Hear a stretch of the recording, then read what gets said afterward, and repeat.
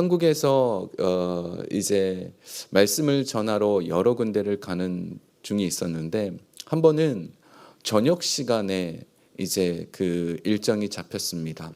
근데 가는 장소가 은평구였어요. 근데 제가 차를 가져가지 않고 지하철을 타고 갔습니다. 그때 온도가 40도, 페런하이트로 100도, 습도는 70% 이상, 거의 막 숨이 차더라고요.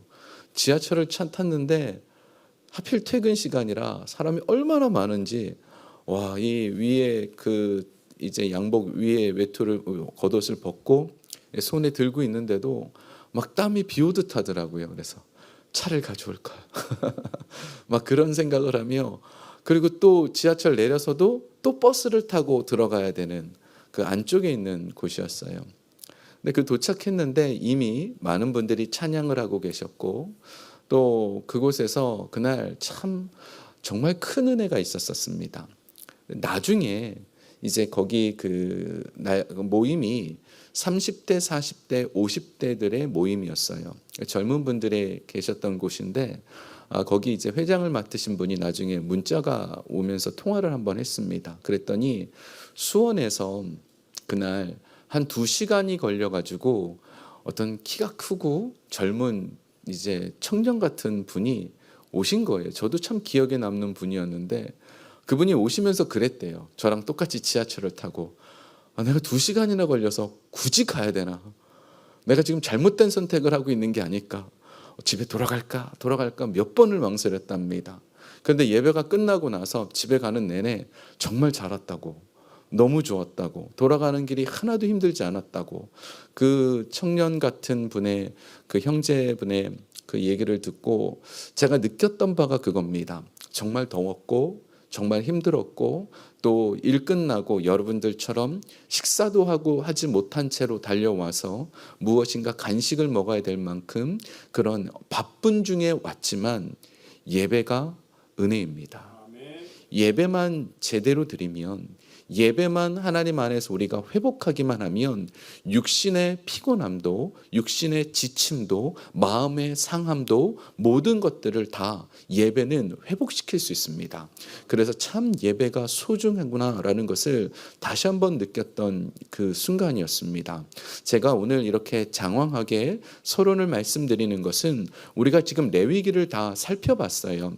레위기 중에서 가장 중요했던 5가지 제사들을 다 끝낸 상태입니다. 그런데 오늘 레위기 6장과 7장에 있는 내용들을 볼 건데, 6장과 7장 전체에서 5가지 제사들을 다시 한번 추가적으로 얘기를 합니다. 그런데 지금까지 다루지 않았던 얘기들을 다루고 있으면서, 중요한 것은 이 레위기의 제사들이 지금은 드리지 않아요. 지금은 우리가 이렇게 번제도 드리지 않고 화목제도 드리지 않고 어떤 예배도 드리지 않습니다. 그러나 이 레위기에서 하나님께서 주셨던 율법의 그 말씀은 우리의 지금 드리는 예배 안에 다 녹아져 있습니다. 그래서 레위기에 있는 이 신학이 지금 이 순간도 우리가 드리는 예배 속에 있기 때문에, 굉장히 이 레위기를 조금 지루하다 생각하지 마시고 잘 쫓아오시면 너무 큰 은혜가 있을 거라는 것이죠. 우리가 번제, 소제, 화목제, 속제제, 속건제 5가지를 살펴봤는데, 소제는 곡식으로 드리는 거였습니다. 그래서 나머지 4가지는 짐승을 잡아서 그것으로 드려지는 예배였지만, 소제는 곡식으로 드리고, 또한 나머지 모든 짐승을 드리는 그 예배 제사의 제물에 특징이 있었죠. 혹시 기억이 나십니까? 직접 키운 가축이어야만 됩니다. 들짐승은 안 됩니다. 산양이라든지 이렇게 들에서 이렇게 자라고 있는 그런 것들은 어떠한 것도 안 됩니다. 그리고 또 한 가지 중요한 원칙이, 가난한 자들을 위하여서 하나님께서는 비둘기로 드려도 된다라는 그런 여러 가지 조항들을 만들었던 것이죠. 자, 우리 먼저 번제에 대해서 얘기를 하고 있습니다. 번제는 모든 것을 다 불태우는 겁니다. 번제는 고기를 먹지 않습니다. 번제는 다 태웁니다.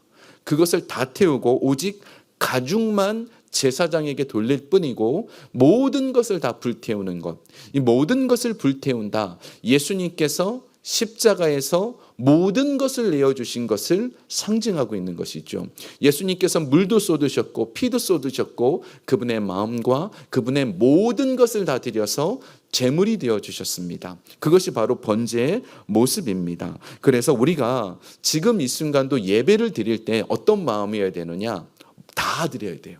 번제는 항상 일상적으로 드리는 예배라고 그랬죠. 그래서 우리가 일상적으로 늘 예배를 드릴 때마다 마음을 다하고 뜻을 다하여 하나님을 깊이 사랑함으로 예배를 드려야 됩니다. 이게 참 기본적인 거죠. 레위기 1장 9절에 보면 번제를 표현할 때 아주 중요한 표현이 하나 나옵니다. 레위기 1장 9절 보겠습니다.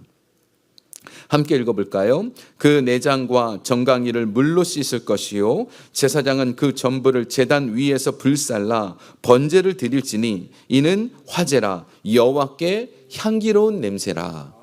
이 향기로운 냄새라는 것이 참 중요한 표현입니다. 다 불태울 때마다 냄새가 올라가잖아요. 고기 타는 냄새 좋지요. 예, 한국 가서 고기 먹으니까 숯불에 먹으니까 맛있더라고요. 타는 냄새도 나더라고요. 그런 냄새가 아니고 이 향기로운 냄새라는 것은 드린 자들의 마음을 하나님 받으셨다라는 뜻입니다. 이 향기가 하나님이 계시는 저 하늘나라까지 갈까요? 그런 뜻이 아닙니다. 하나님이 직접 냄새를 맡는다는 뜻이 아니고 우리가 드려지는 그 마음이 향기롭다는 뜻이에요. 내가 드리는 이 모든 것을 향기롭게 하나님 받아주신다라는 것입니다. 그래서 예배는 태도가 중요해요. 마음이 중요해요. 내가 오늘 이 자리에 올 때 막 땀을 뻘뻘 흘리고 내가 이곳을 왜 와야 되나? 굳이 여기 올 필요가 있었나? 내가 차라리 그냥 집에서 쉴걸. 뭐 이런 마음이 드신 분 있습니까? 아니면 혹시 오시기 전까지 여러 가지 일들로 내 마음이 좀 지치고 상하고 고단한 마음들 가지고 오신 분 있습니까? 그러나 이 예배는 수고하고 무거운 짐을 가지고 오는 것이고 그러면 우리에게 안식을 주시는 것을 느끼게 되는 것이 바로 예배라는 것입니다. 그래서 예배를 드릴 때 내 마음은 비록 상했지만 기대하는 마음을 가지고 이곳에 와서 예배를 드리는 것이 진정한 번제이고 진정한 예배라는 것이죠. 자, 그런 면에서 본다면 제가 요번에 느낀 것은 제가 설교할 때마다 여의도 순복음교회 성도님들이 정말 열정적이었어요. 정말 열심히 있었습니다. 아멘도 잘하시고 그분의 태도도 좋고 그리고 기도할 때 메어 달리는 것이 역시 이 교회가 부흥하고 있는 이유가 여기 있구나. 예배의 집중도가 높았습니다. 예배에 대한 사모함이 있더라고요. 어디든지 예배를 사모할 때 기도를 뜨겁게 할 때 교회는 부흥하고 성도는 그 안에서 은혜를 누리게 되어 있는 것입니다. 이것이 바로 번제이지요. 자, 그러면서 오늘 본문에 보면 번제에 대해서 추가적인 말씀을 하십니다. 6장 9절 보겠습니다. 6장 9절 함께 읽겠습니다.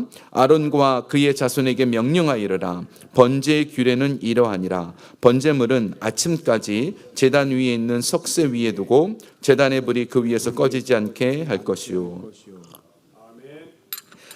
번제에 대한 규례를 말씀하시면서 추가적으로 이 번제는 불태우는 거잖아요. 불태울 때 중요한 것은 불이지 않습니까? 그래서 이 불이 꺼지지 않게 하라라는 겁니다. 제단의 불은 항상 켜져 있어야 돼요. 누가 제물을 갖고 오면 그제서야 불을 피우는 게 아니에요.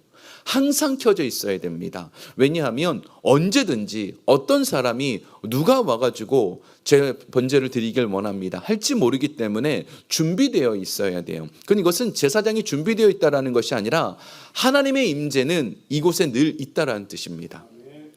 하나님의 임재가 이곳에 있기 때문에 여러분이 어떠한 마음 상태를 가지고 와도 하나님의 위로하심, 하나님의 능력을 경험하게 되는 것이죠.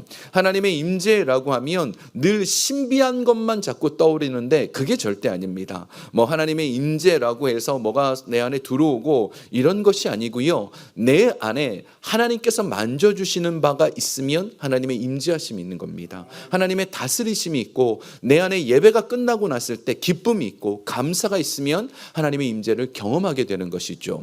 그러면서 6장 10절 11절에서 두 번째로 번제에 대한 추가 내용을 다루고 있습니다. 10절과 11절 함께 읽겠습니다. 제사장은 세마포 긴 옷을 입고 세마포 속바지로 하체를 가리고 제단 위에서 불태운 번제의 재를 가져다가 제단 곁에 두고 그 옷을 벗고 다른 옷을 입고 그 재를 진영 바깥 정결한 곳으로 가져갈 것이요.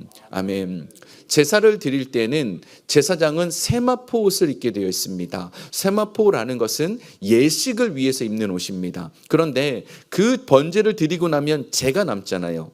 이 재는 더러운 것입니다. 그래서 이 재를 버릴 때는 세마포 옷을 갈아입고 재를 버리러 가라라고 얘기를 합니다. 이 옷을 더러워지면 빨래하기가 힘들어서가 아니고요. 이 이유가 무엇인가 하면 우리는 거룩한 존재인데, 우리는 하나님 앞에 예배 드릴 때 거룩한 존재인데 더러운 것을 대하기 직전에는 준비를 해야 돼요.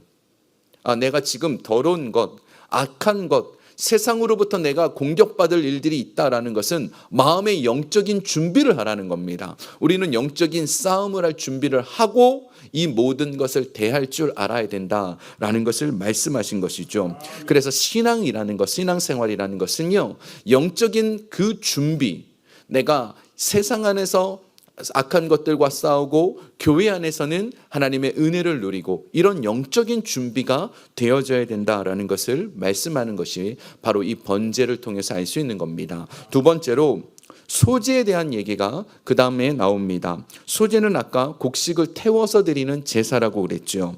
근데 곡식을 모든 것을 다 태우지 않습니다. 한 움큼만 태우게 돼 있습니다.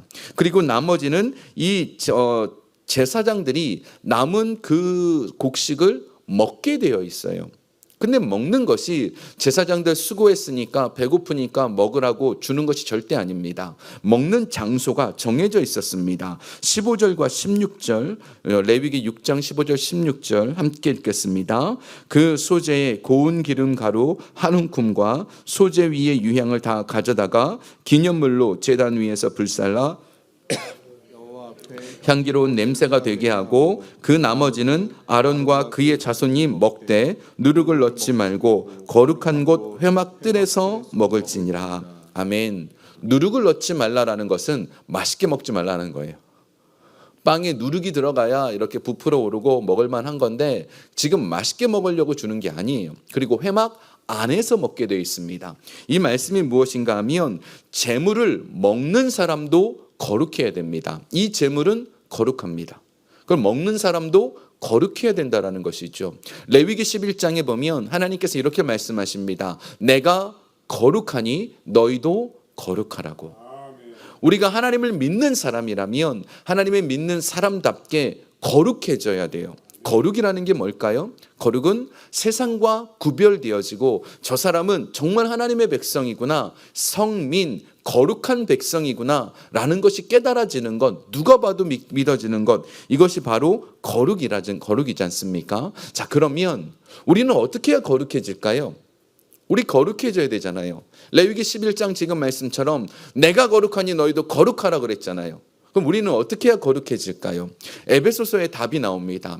에베소서 4장 22, 24절에 보면 우리의 모습을 표현하는데 너희는 유혹의 욕심을 따라 썩어져가는 구습을 따르는 옛사람을 벗어버리고 오직 너희의 심령이 새롭게 되어 하나님을 따라 의와 진리의 거룩함으로 지으심을 받은 새 사람을 입으라 라고 되어 있습니다. 여기 지금 보면요, 너희 심령이 새롭게 되어라고 표현하고 있습니다. 너희 심령이 새롭게 되는 것, 이게 거룩이에요. 이것을 현대인의 성경에 보면 이렇게 표현합니다. 태도와 생각을 새롭게 바꿔야 됩니다. 심령이 새롭게 된다는 것은요, 내 태도도 내 생각도 바꾸는 겁니다. 우리가 진짜 거룩해지려면 생각이 바뀌어야 돼요.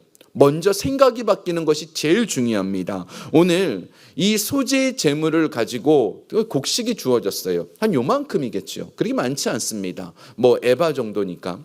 그럼 이걸 가지고 제사장이 먹을 때 굳이 여기서 먹어야 돼. 피곤한데 저기 시원한 그늘 가서 먹지. 그냥 내 마음대로 먹을 수도 있는데 그러면 안 되는 거예요. 내 태도가 바뀌어져야 돼요. 나의 편함이 아니라 내가 원하는 대로가 아니라 하나님의 말씀대로입니다. 내 태도의 변화가 일어나야 돼요. 생각도 바뀌어야 됩니다. 하나님 이렇게 말씀하셨으면 난 이렇게 해야 돼 라고 변화가 일어나는 것, 이것이 진짜 거룩함입니다. 그래서 거룩이라는 것은요, 말로만 거룩하는 것이 아니라 옷을 양복을 입고 깨끗한 옷을 입고 여기 앉아 있는 것이 아니라 진짜 거룩은 내 태도가 바뀌고 생각이 바뀌는 것, 이것이 굉장히 중요한 거룩의 모습이라고 할 수 있죠. 세 번째로 속죄제입니다. 속죄제에 대해서 뭐라고 얘기하느냐, 속죄제가 다른 제사랑 가장 다른 점이 있습니다.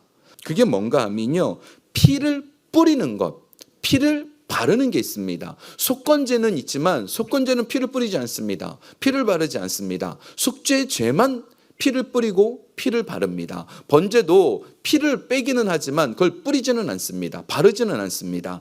여기에 이것이 왜 필요하는가 하면, 우리가 죄 용서를 받기 위해서는 반드시 이 제물의 피가 필요합니다. 피는 뭐라 그랬죠? 생명입니다.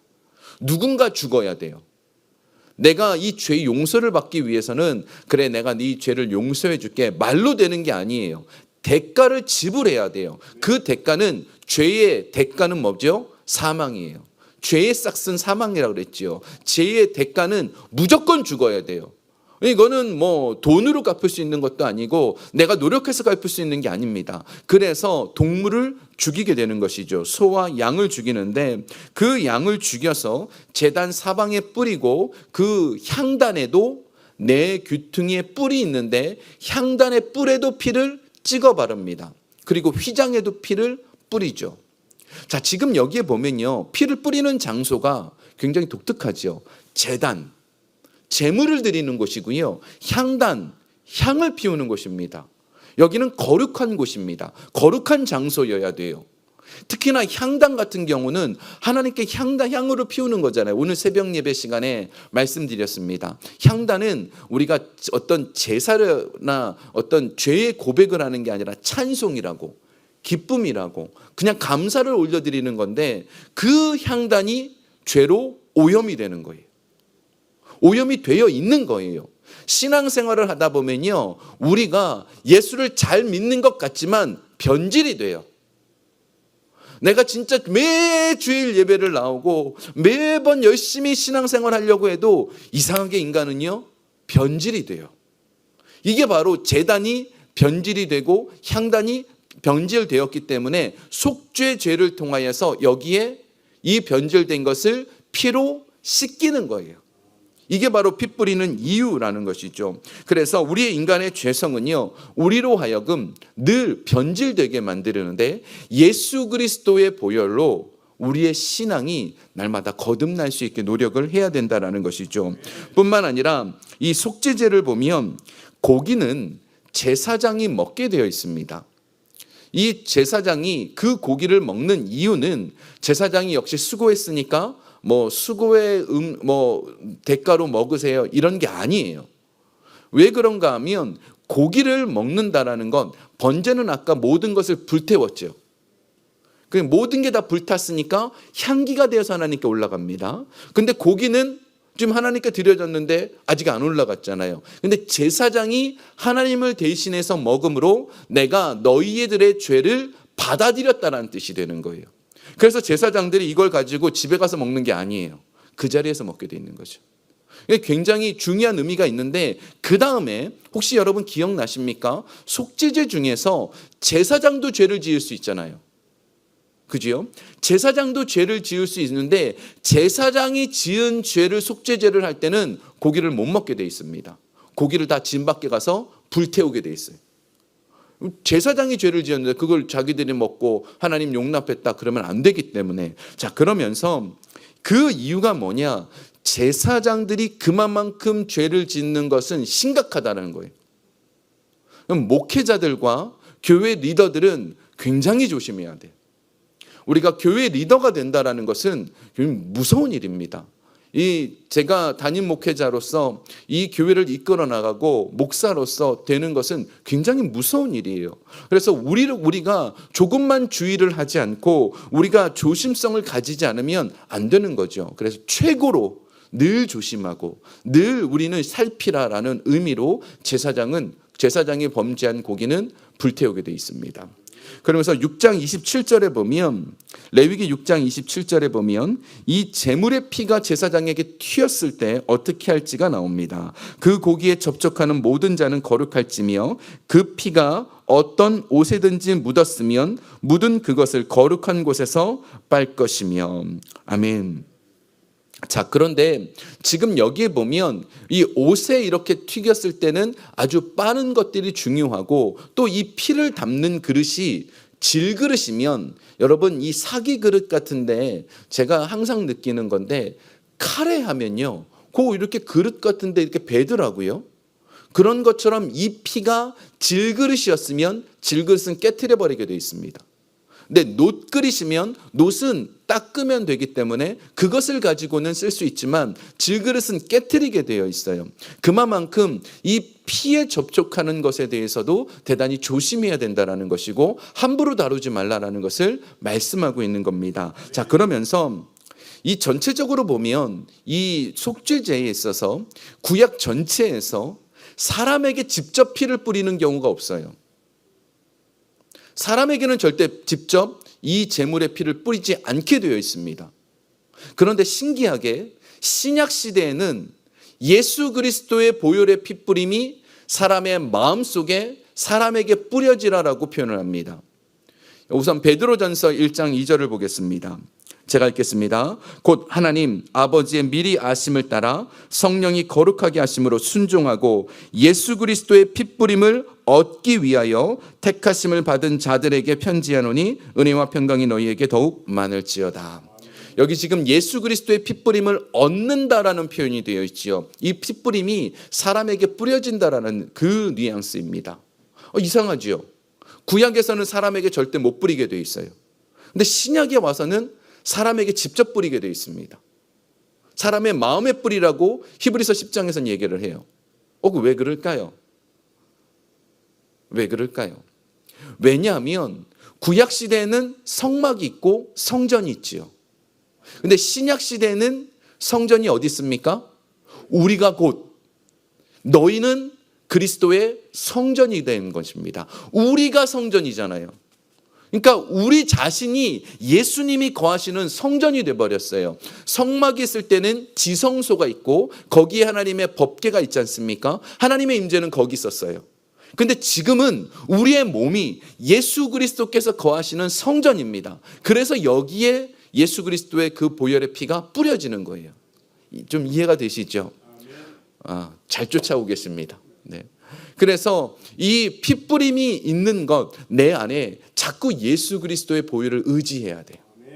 그래서 내가 정결하게 되고, 주님 내 삶이, 내 말이, 내 손이, 내 발이 모든 것이 거룩해지겠다라고 노력하는 것이 필요한 것, 이것이 바로 속죄죄라고 할 수 있습니다. 네 번째로 속건제. 속건제라는 뭐지요? 하나님의 물건들, 거룩한 물건들을 잘못 다루었을 때 속건제를 드립니다. 속죄제랑은 좀 달라요. 속건제는 하나님 앞에 어떤 물건을 잘못 다루었을 때, 예를 들어 이것이죠. 지금 이 강대상이 있습니다. 교회 안에 있는 모든 물건은 하나님께 드려진 겁니다. 성물이라고 표현하지요. 거룩한 물건입니다. 그런데 내가 잘못해서 이 강대상을 부셨어요. 그러면 우리는 속건제를 드려서 하나님 잘못했습니다라고 제사를 드리는 거예요. 이것이 바로 속건제의 모습인 거죠. 자, 그러면 이 속건제에 대해서 말씀하시면서 레위기 7장 1절에 이 속건제의 내용이 레위기 7장 1절부터 6절까지 다루는데 시작과 끝을 이렇게 다룹니다. 7장 1절 속건제의 규례는 이러하니라. 이는 지극히 거룩하니. 지극히 거룩하니. 레위기 7장 1절에 속건제의 규례는 지극히 거룩하니. 저거 잘못됐어요. 제가 맞아요. 여기 보면 그 거룩하다라는 말을 표현합니다. 거룩하다. 그래서 속건제는 이 물건은 다 거룩한 거예요. 우리 교회 안에 있는 건 다 거룩한 거예요. 종이컵도 거룩한 거예요. 얘기하면 우리가 하나님의 물건을 함부로 쓰면 안 된다는 뜻이에요. 교회가 부흥하는 교회와 부흥하지 않는 교회의 차이점이 있습니다. 부흥하는 교회는요, 교회가 그 안에 깨끗하고 뭐 다루는 게 성도님들이 다루는 게 달라요. 뭔가 아꼈어요. 제가 어떤 교회를 이번에 한번 갔는데 1층부터 4층까지 교회 건물이었어요. 근데 제가 뭐 이렇게 보니까 교회가 너무 깨끗하고 너무 관리가 잘 돼 있는 거예요. 그래서 역시 이 교회는 부흥하는 교회구나라는 것이 느껴지는 거죠. 그런 것처럼 우리가 성물, 하나님의 물건을 함부로 다루면 안 돼요. 그래서 교회 안에서 하나님의 물건을 거룩하게 다루라. 이것이 바로 이 시대가 우리에게 주어지는 말씀이라는 것이죠. 마지막으로 화목제입니다. 화목제라는 것은 짐승을, 이 소를 잡을 때 그의 내장에 있는 기름 덩어리 그리고 콩팥, 간을 하나님께 불태웁니다. 고기는 다 먹게 되어 있습니다. 근데 이 고기는 누가 먹느냐? 그 동네 사람들에게 다 나눠줘야 돼요. 제사장이 먹지 않습니다. 여러분, 소 한 마리 잡으면 몇 명쯤 먹을까요? 지난번 화목제 할 때도 말씀드렸는데 소 한 마리 하면 몇 명쯤 먹을까요? 한 100명 먹는데요. 정말 많이 먹는데 생각보다 그 소 한 마리 잡으면 한 100명 먹는데요. 그런데 이 소 한 마리를 잡아서 100명을 먹어야 되려면 여러분 이 일을 하루나 이틀 안에 끝내야 됩니다. 그걸 다 먹어야 돼요. 그러려면 100명을 찾아가서 나눠주는 것도 일이죠.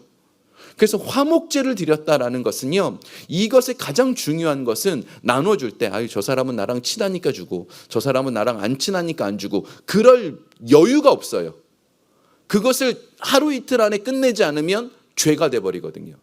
화목제 드리는 게 잘못돼 버리거든요. 하나님 안 받으시거든요. 화목제는 글자 그대로 이웃과 화목하라는 겁니다. 이 십자가가 참 의미가 있는 것이 십자가가 하나님과 우리와의 관계를 수직으로 화목하게 만들고 또 하나 수평이 되어 있죠. 근데 원래 십자가는요, 예수님 달렸을 때 십자가는 요 윗부분이 없어요. T자 모양이라고 얘기를 합니다. 그러니까 살짝 튀어나오지 않고 T자 모양이라고 해요. 그런데 지금 이렇게 보면 위가 있는 거, 이게 언제부터 바뀌었는지 의미가 있어요. 수직과 하나님과 우리와의 관계, 그리고 수평, 이웃과의 관계가 중요합니다. 믿음 생활하십니까? 신앙 생활하십니까? 하나님을 믿으십니까? 그러면 이웃과 관계가 매우 중요합니다. 이웃과 다투면 안 돼요. 그런데 사랑과의 관계 어렵죠. 진짜 어려운 게 관계인 것 같아요. 가족 간의 관계도 어렵고 교회 안에서도 관계가 어렵고 이웃과 내가 속해 있는 공동체 안에서의 관계도 어렵습니다. 그런데 제가 제자훈련 시간에 말씀드린 적이 있어요. 다툼이 일어나지 않으려면 어떻게 해야 될까요? 내가 안 싸우면 돼요. 누가 나에게 공격하면 잘못했다 그러면 돼요. 누가 나에게 막 뭐라 그러면 미안하다 그러면 돼요. 그러면 다투지 않아요. 뭐라 하면 잘못했습니다. 뭐라 하면 미안합니다. 그러면 절대 다툴 일이 없어요. 막 뭐라 그러면 이거 잘못했습니다. 그러면 그게 어떻게 다투겠어요? 이런 말을 하면 막 속에서 끓겠죠. 근데 화목제는 그런 겁니다. 그리스도인은 그런 거예요. 예수님께서 십자가를 지시기 전에 우리가 십자가만 생각하는데 십자가 지시기 전에 로마 군인들에 의해서 모욕을 당했습니다. 침뱉음을 당했고 뺨을 맞을 때 그 뺨을 이렇게 때린 게 아니에요. 요 각도로 때리는 것은 그 사람을 이렇게 때리고 싶을 때 이렇게 때리잖아요. 근데 지금 이때 예수님이 때린 것은요, 요렇게 때린 겁니다. 요거는 모욕이에요. 이런 모욕을 당하셨을 때 예수님 반발하지 않으셨어요. 본디오 빌라도가 여러 가지 일들로 신문할 때 대꾸하지 않았습니다. 대제사장 가야바 뜰에서 그 예수님을 모욕하고 예수님을 그렇게 괴롭히고 때릴 때에도 예수님 아무런 응대를 하지 않았다라고 되어 있습니다. 예수님이 그렇게 하셨으면 우리도 그렇게 해야 되는 겁니다. 이게 화목제입니다. 예수님께서 그렇게 하셨으면 예수님만 그렇게 하십시오. 나는 내 마음대로 살겠습니다. 이러면 안 되는 거예요. 그래서 진짜 그리스도인이 된다라는 것은 참는 겁니다. 절제하는 것이고 인내하는 것이고 이것이 가족에게도 교회 안에서도 주변 이웃에도 이렇게 하는 것, 이것이 진정한 마음이라는 것이죠. 왜 그렇게 할 수 있는가 하면 이 화목제를 드린 이유가 있습니다. 화목제를 왜 드리느냐? 드리는 사람은 하나님께 감사했을 때 화목제를 드립니다. 하나님, 우리 집에 우리 아이가 이렇게 참 잘 됐어요. 감사합니다. 화목제를 드립니다. 하나님, 우리 집에 질병이 있었는데 고침받았습니다. 하나님 감사합니다. 화목제를 드립니다. 우리가 감사할 일이 있을 때 말로만 하나님 감사하다는 거 진짜 감사한 게 아니에요. 하나님께 화목제를 드릴 수 있어야 돼요. 왜냐하면 물질이 있는 곳에 내 마음이 있기 때문에 소 한 마리 잡는 것 지금도 솥값이 비싼데 이 당시에도 엄청 비쌌습니다. 근데 진짜 감사했으니까 드렸습니다. 그 감사를 하나님께 고백하는 것이죠. 왜냐하면 하나님이 내게 이 은혜를 주셨다라는 뜻이기 때문에. 자, 이 은혜를 받았습니다. 은혜를 받았으면 은혜가 있기 때문에 주변에 참아내는 겁니다. 내가 하나님께 받은 구원의 은혜가 있잖아요. 지금 돌보심을 당하고 있잖아요. 하나님이 보고 계시잖아요. 그렇기 때문에 우리는 화목제를 가지고 참아내는 겁니다. 이 화목제가 참 어려운 거예요. 하지만 해내야 되는 일입니다. 우리가 주변을 위하여서 참아낼 수 있고 이해할 수 있고 이 관용함이 필요합니다. 오늘 5가지 다 정리하면서 하나님께서 우리에게 주시는 것들에 대해서 살폈습니다.